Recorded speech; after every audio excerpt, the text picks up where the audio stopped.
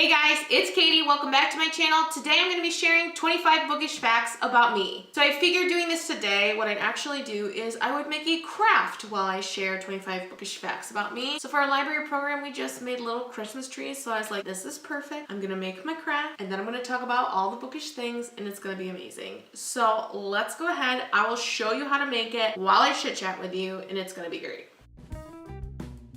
All right, so what you need to do in order to make one of these book Christmas trees is you have to get a book, first of all. I'm just gonna grab a book. We're not gonna rip Moxie apart. I do want to read Moxie though. And you need to take the book apart, so you rip out the pages and you wanna leave the glue inside the hardcover intact. And then you count out 30 full pages and you rip down between the pages and keep the glue on it, and then you get 30 pages like this. And then you have to get to the folding part, which you want it flipped so that the binding is to your right side. And then what you're going to do is you're going to fold down the page so that it looks like this. So it's just folded right like that to the binding. And then you fold it down again and it almost looks like how you fold an airplane, and I'll show you. So then it looks like that, so it looks like a little airplane. So the first time you fold it, it is a full, you go like this and you fold it down, like a triangle, and then you fold it again and it's like an airplane. And then the last fold is I take it and I like take this page and I bend it so that I know where to fold it.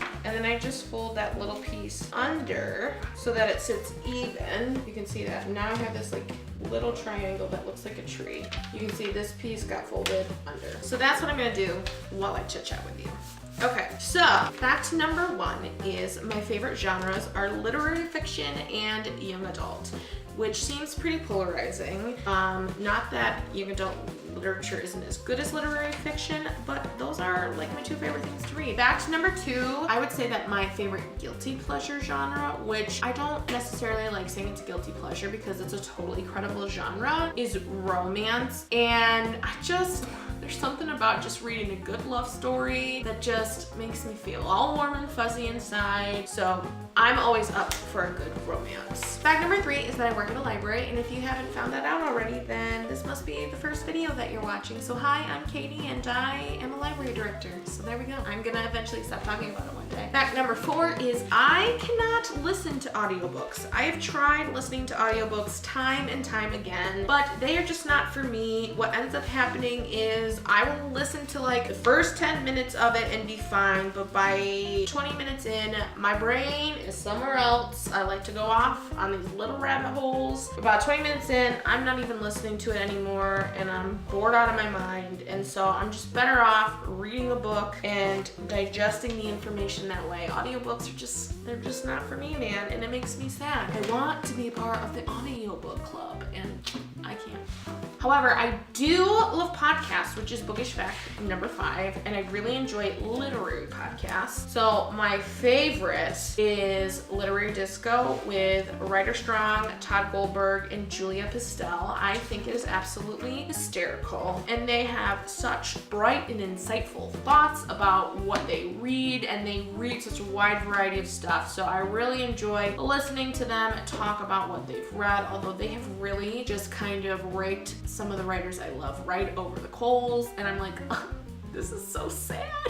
I love this person. They just did that to Rupi Kaur, and then I was like, yeah, but they're right, and I love Rupi Kaur. She still got some good sentiments, but whatever they had to say about her writing, I was like, yeah, that's actually really true. Thank you for ruining that for me, Literary Disco. And then the other podcast I just got into, which thank you to Texas Reader Girl on Instagram, because she put this on her Insta story, and then I saw it and was like, I have to listen to this. It's What Should I Read Next with Anne Bogle, and it is such a fantastic format in terms of talking about books. Is she sits down and she'll ask people different questions and get a feel for their reading life and what they enjoy reading, and then she makes recommendations, and it's amazing and I love it, and I'm pretty sure it is a new favorite podcast for me. Number 6 is a story my mom loves to tell, which is of some random time that we went shopping somewhere, and my mom took me and my 2 other sisters, and when we were at the store she was like, you guys can buy one thing, or she would buy it for us. And that's like a big deal in my family because I have 3 other siblings, 2 sisters and a brother. And when we went to have shopping places, like we did not get gifts. And even now, like my husband and I talk about it and he'll be like, oh yeah, I would go out and my mom would buy me this and my mom would buy me this and my mom would give me candy and my mom would give me a toy. And I'm like, what is this? I don't know about it. And like I wasn't a deprived child, but it's expensive to buy toys and candy for 4 kids all the time. So my sisters, like the normal people they are, were like walking around and looking at makeup and looking at like clothes and different things, and they picked out their things.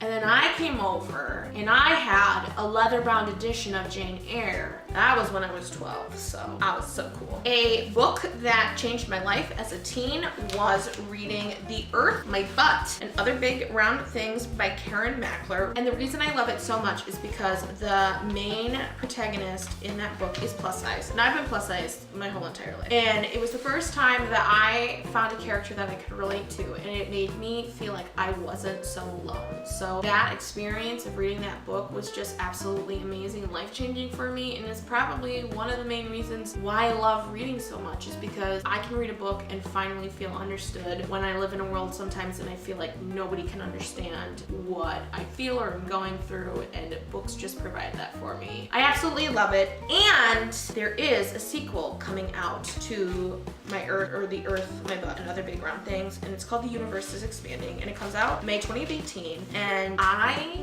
cannot wait. It's going to be amazing. I can already feel it in my bones. Number 10 is that I refer to my 3 favorite authors as the trifecta, and those authors would include Jane Austen, Louisa May Alcott, and Lucy Maud Montgomery. Those are my queens in my life, and if I was gonna have an honorary 4th, it would be Laura Ingalls Wilder. I love the Little House in the Woods series. And speaking of my trifecta and Lucy Maud Montgomery, I actually took my honeymoon up in Prince Edward Island. My husband and I drove up the coast of Maine, and then we spent 4 days in Prince Edward Island. We did every single Anne of Green Gables activity that I could think of. We stayed in Cavendish, which is where Lucy Maud Montgomery was from, and we went and saw the Lake of Shining Water, and we went and saw the house that Anne of Green Gables was supposedly based off of, and we went and saw Lover's Lane. And I want to go back to Prince Edward Island. Like right now, I would go back if someone would just give me a plane ticket and send me there for the rest of my life. I would just disappear. My favorite beverage to drink when I'm reading a book is coffee. Then again, if I could have coffee in an IV, I would take it. Fact number 13 is that when I was in college, I worked at my college library for 3.5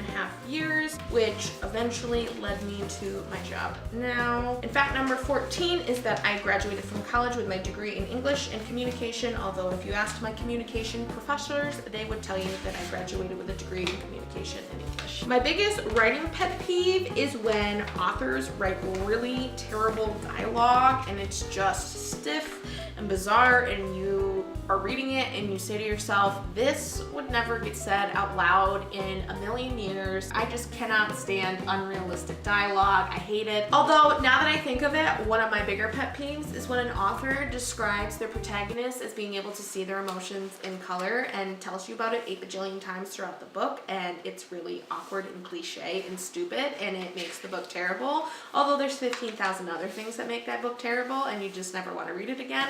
Although you're thinking about hate reading the second book that's coming out in that series and you're ready for it, like you hate watch The Bachelor. Actually, it's not really hating The Bachelor. I do enjoy watching it. I just enjoy watching it for comedic relief. In fact, number 15 is that I firmly believe that the Colin Firth version of Pride and Prejudice and the Keira Knightley version of Pride and Prejudice are equally good, and I know that that is a pretty polarizing topic right there, so sorry about it, but I think they're both good. All right, in fact, number 16, although I'm sad to say that I cannot find where I put it, so I'll insert a picture of it, is that when I was in college for my electronic art class, I had to write a children's book and illustrate it, and so I wrote a children's book called Hippie, the Hipster Hippo, and it was a children's book that was a satire on hipster culture, and I personally think that it's absolutely hysterical because I was on a campus where, let's just say, there was a lot of people that thought they were hipsters. Bookish fact number 17 is that once I graduated college, I actually worked at Barnes & Noble for a year, and it was one of the best years of my life because that is where I met some of my bestest friends in the whole wide world. So hello, Stephen, Amy, and Colby. Bookish fact number 18 is that yes, one day I might actually have children, children, and if I do have children, they will obviously have literary names, although I secretly hope that I have twins and that one is a girl and one is a boy, and then I can name them Jane and Austin. Get it? Fact number 19 is that I actually prefer paperback to hardcovers. I don't like dust jackets. I don't get the point of them. And I'm also cheap, and paperbacks are cheaper, so I'll take a cheap book any day of the week. However, I do really enjoy a good decal page. An area I'd like to improve on in my reading life is that I would really like to read more poetry. I don't read that much, and I have to say that the only poetry I read in the past year was Ruby Kayor's book, so I gotta work on that. However, my favorite poet is Robert Frost. I actually took a class in college that focused solely on his poetry, and it was amazing. Robert Frost is such a wonderful writer, and I love that Robert Frost makes reference in one of his poems to a Rilke poem, which if you haven't read any Rilke, who is a German author, might I suggest that you do. And here's another thing. I really don't have a preference for a book and a movie adaptation. I'm not of the camp that like the book is better than the movie or is the movie better than the book. I think that movie adaptations are a separate entity from the book, and that I'm okay with filmmakers taking creative license with a book when they're adapting it. I kind of enjoy it. Sometimes they do things that I wanted to happen in the book and didn't happen, and they give me what I want. Bookish fact number 24 is that I don't believe in the phrase that you don't judge a book by its cover, because I frequently judge a book by its cover. It's honestly how I buy half of my books. I mean, yes, I do read the synopsis quite often, but what draws me in is the book cover. All right, and last but not least, my last bookish fact, and I'm only halfway done with my craft, is that my favorite bookish show is Jane the Virgin. I absolutely love it. That show is so smart and so funny. All right, so those are my 25 bookish facts, and I am not done with my tree yet, so I'm going to take a break, and when I come back, I will have both of my things together, and then I'll show you how you finish this tree craft, and then you can go about your life and do things that are more productive than sit here and listen to me talk. 3 weeks later. Okay, and now I'm back. I have finished making my 2 sets of trees. So then what I do with this is I'm gonna hot glue this together. So I just take my hot glue gun and I put a little glue on my pages. All right, and then I'm just gonna like hold it down and wait for it to dry. And you just wanna make sure you get enough glue wherever you need it to like hold it together. So I will like put some in and then I like push it and like hold it really tight so that it sticks. So the last thing I want to do, because I want to put this out for Christmas time, is I'm going to put a little star at the top. So I went ahead and I have like a little die thing that will cut stars, where you can just make a couple stars, and then I'm going to put them on both sides of my tree. So I'm just going to put a little hot glue on this side, a little hot glue on this side, and then I'm going to put stars on, and there we go. That is everything. So you put your star on, you fold it, and you have a beautiful book folded Christmas tree. All right, everyone, that's everything I have for today. Thanks so much for watching my video. If you did enjoy it, make sure you hit the subscribe button and click the bell for notifications. I post a new video every single week. You can also find me on social media at Katie Biblio on Twitter, Instagram, and Goodreads. And until next time, happy reading.